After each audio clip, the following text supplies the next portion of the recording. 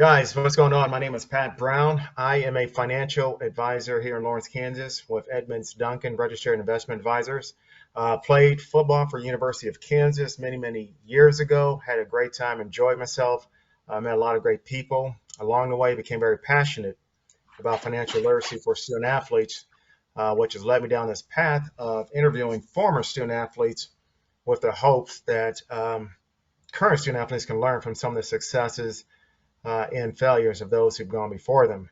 And so today I have with me from DePaul University, RJ Curington. Am I saying the last name correctly? You got it. You got it, Pat. All right. So yeah, RJ played basketball for the DePaul. So I'm trying to look at your years. You played what, 2013 through 2017? You got it. That's great. Okay.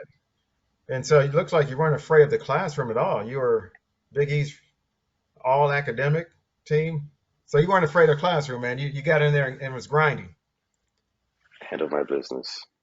It was a great Handled your time. business. Well, cool, man. Well, welcome. Like I said, I appreciate you taking the time. I know we are kind of talking off camera, if you will, and just discussing the importance of financial literacy. So I appreciate you taking the time to do this today. Thank you. Thank you for having me. Absolutely.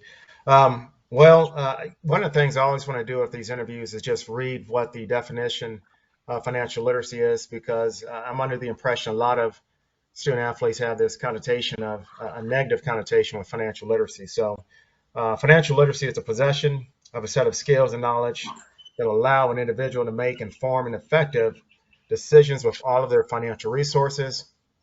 I think it's no different than being an athlete in that, we have these abilities that we obviously are able to do on a court or in the field, and we have to be literate within our sport. And so I think it's already innate in us, and I think it's important that we just lend those same skill sets to financial literacy. So, um, well, first off, the first question right at the gate is kind of tell me about your thoughts of money when you were a freshman in college. Did anyone ever talk to you? Mom, dad, Uncle Bob, Uncle Joe?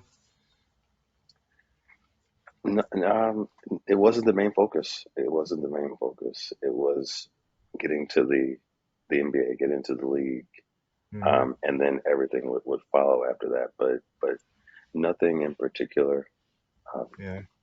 coming in as a freshman, which seems so long ago.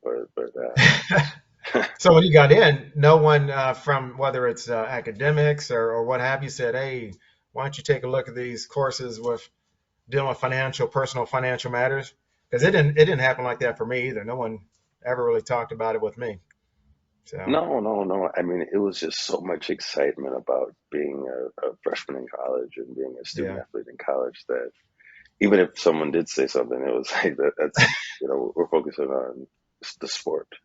yeah, whatever the sport that is, no Right, doubt. right, right. Um, so, and I kind of asked, did anybody ever talk to you? One of the things again, with the questions is, did anybody ever talk about credit cards? And I bring that up because when I was in school, freshman and sophomore year, I could go on campus, and if I wanted a free T-shirt or a free pack of Skittles, I just fill out this piece of paper, and next thing you know, I had this plastic in the mail, and I can spend whatever. I didn't have a job, but no one ever talked to me about credit cards. Did you guys have access, or were there a bunch of people always peddling credit cards on campus? So at DePaul, we had Pell Grants and things like that, Hmm. and but we had resources to kind of let us know um, about credit and things like that. Cool. So I mean, we had good support there and good resources. But yeah, we would have those things. I hear you. I hear you. So when you think about some of the decisions you made dealing with money, was it kind of trial and error, or did you, again, back in my day, we got the stipends, our stipends each month, and I had cats that were, spent on day one, they get the money, spend it. Day two, they're broke. Did you kind of learn by trial and error when you were coming up? I learned from a lot of other people's mistakes with money, so Hmm. I didn't really have to go through too much of the trial and error but I asked a lot of questions. I read about it. I Hmm. read about um, decisions I needed to make with money if I was in a tough situation. And Yeah. I just saw knowledge about those financial decisions, and that guided me, and it allowed me to avoid a lot of those errors. But um, yeah, I mean, you hear some stories, but I was lucky enough not to have those. So that's, I guess, something that's kind of key for those that are listening. The fact that you were able to learn from the people that are around you. I think a lot of times we don't, as athletes, as student athletes, we don't pay attention to, kind of, if Joe over here is spending all this money and he's broke the next time and he's asking me for money, then I want to avoid doing whatever Joe is doing. So I think it's important that guys listen to that the fact that you were able just to kind of learn, quietly learn and avoid those pitfalls. So that's what I hope these stories do, is just help, other kids, avoid the same type of pitfalls. Um, let's see. So looking back on college, what do you wish that you have done different in regards to dealing with your money, or if Let's see. anything? Can you say that again, Pat? I was saying, what do you wish you have done different with your money? Or, I mean, if everything worked out, then that's actually even better. That's a great question. Um, if, what would I have done differently? Yeah. Interesting. So, if I could go back, a lot of the things I know about investing now, working at a bank, working in the legal field, Hmm. if I knew a ton of those investment tools now, I would probably invest a lot of, at least a small portion of the money that I was getting on a Hmm. biweekly basis into some sort of fund. Hmm. But I mean, at that time, no one was really doing that. Even regular students, Yeah. and student athletes, you were rare if you were doing that. And so, if I could do it again, I'd probably do that, focus in on that, so that after college, I'd have a fund that was there. But um, no, other than that, I wouldn't do too much differently. Yeah. The again, to kind of piggyback on that, when you talk about, even if you didn't have a significant amount of money, you still invest. I think the importance on that is that you get exposure. And so it's not as if you're going to become a rich man by investing, whether it's 20, 50, some odd dollars in a particular mutual fund or IRA. But the fact that you would invest and see what that process looks like. So, for example, if you are receiving statements, you can say, okay, here's what this statement looks like. I know that these are my gains, these are my losses.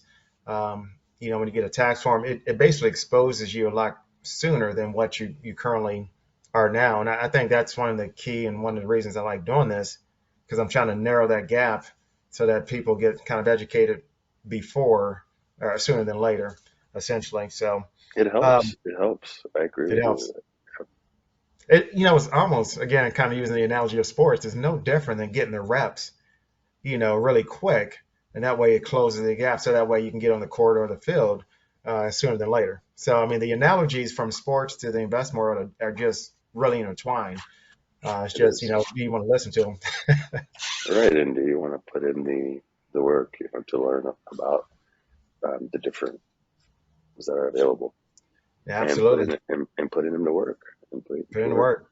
Because the knowledge Um, is power. The knowledge is power. I feel like when it comes to the different avenues that athletes could go. Absolutely. And, it sounds cheesy that knowledge is power, but it's true. It's true. It is what it is. Knowledge is power. So the sooner you know. Um, Next question is, how have the habits you formed in college affected your life after college, or has it?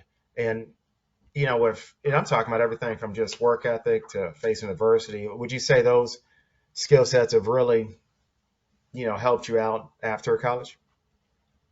Definitely. And that's a Yeah. great question too. Like the discipline. A lot of what we were doing as student athletes was getting up early in the morning and working out, going to practice, or getting up and flying to another state to play against a competitive team, and Yep.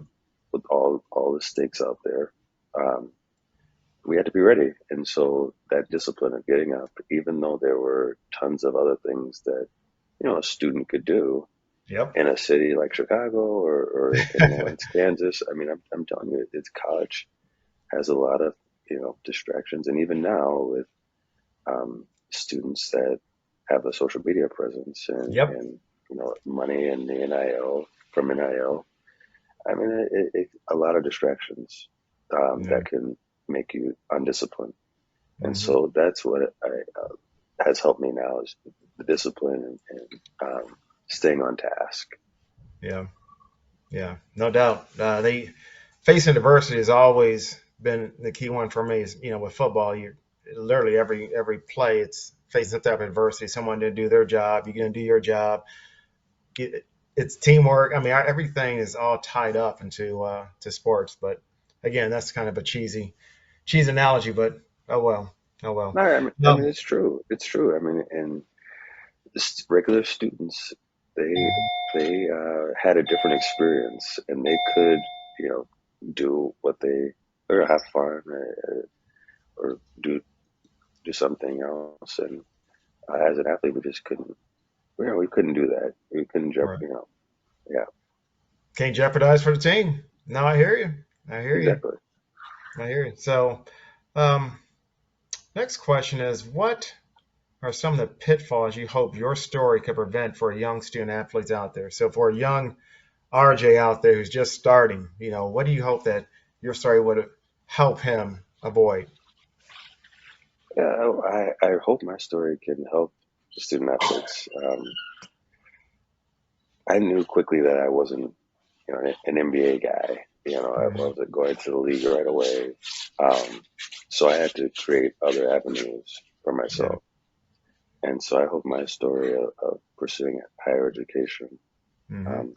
going to grad school, going to law school, becoming a lawyer, working in finance, I hope that that can inspire student athletes to seek other avenues, but still remain focused on their sport. And Yep. it's not to say that you're distracted from um,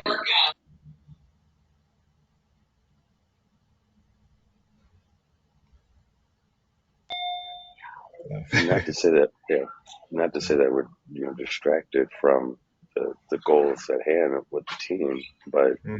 knowing that school is important, um, having a good social life and having a backup plan, um, Yeah. important things. No doubt. So there is one other question that wasn't in your list of questions that I just added, and I have it penciled in. I got to make sure that I add that for next time. And the question is, I mean, it's a pretty generic question, but with name, image, likeness, you mentioned it earlier. One of the questions I want to ask now is, back when you were playing, had NIL been available to you, what do you think you would have done? How would I know you kind of maybe alluded to it before when you were saying that you wish you were maybe invest a little bit and so forth. Is that something that you think you would have done differently had you had NIL? Looking back on it now as a professional. But I mean, NIL is great. NIL is great. NIL is a lot different than what we had when we were playing, and Hmm. I view it as a positive. I mean, one thing I did that I took advantage of was philanthropy and investing in philanthropical events. Uh-huh. And I would spend money on building up events. There's an event or an organization in Chicago called Danny Did Foundation Uh-huh. that supports kids with that have epileptic seizures, Oh and wow. that was near and dear to my heart. And putting money into that was key. And then I was a part of a fraternity, and our organization that we partnered with was Big Brothers Big Sisters, Uh-huh. and we would hold events and putting money into those events. Oh man, it was second to none. I mean, it was really um, a feeling that is hard to describe.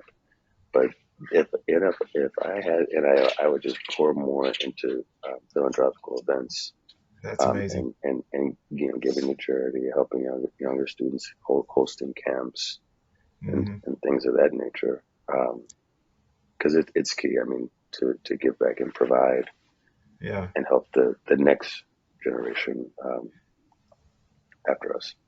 That's that's great. Obviously from a charity standpoint, I think that's very important. I think and hope that guys and young ladies that are watching as well take that nugget away, just to reach back and give back. So I'm glad you mentioned that. Um, well, I guess now, man, if you want to just kind of talk about what you're doing now, you mentioned law school and graduate school. Kind of tell people what you're currently doing now after you finish your playing days at DePaul University. Sure. So I'm working as a loan originator now at Gold Coast Bank, a bank here in Chicago, Hmm. and practicing law here in a couple weeks. Nice. And I'm here for student athletes, for career advice, career services, financial services, legal services. You name it, you can find me on LinkedIn. I'm a resource to student athletes, and I want to help them. I mean, just like what you're doing, Pat. I mean, we can help um, student athletes. So Absolutely. I'm here as a resource. The LinkedIn Absolutely. is the best way to find me. Well, good deal, man. Man, like I said, I appreciate your time. I appreciate you taking time of your day to do this. I think we're like-minded in trying to help these young student athletes. I say young, you're still young, man. I'm old. I'm the one who's old. You still young, talking about older. So it looks like you Oh still get out goodness. and play a little bit, man. You get out and hoop it at all? Oh, I'm out. I like to do what I can. Can't do much Yeah, with the younger guys, but I try my best. I still can shoot a few threes, knock a few down. there you go. There you go. That's all it takes. Well, like I said, I appreciate your time. Definitely, if you ever get to Lawrence, please let me know. Love to Will get do. together. So, Will do. all right, Rock brother. You chalk take Jayhawk. care. That's hey, I like that. Rock chalk. Hey, you take care, man. Thanks, Pat.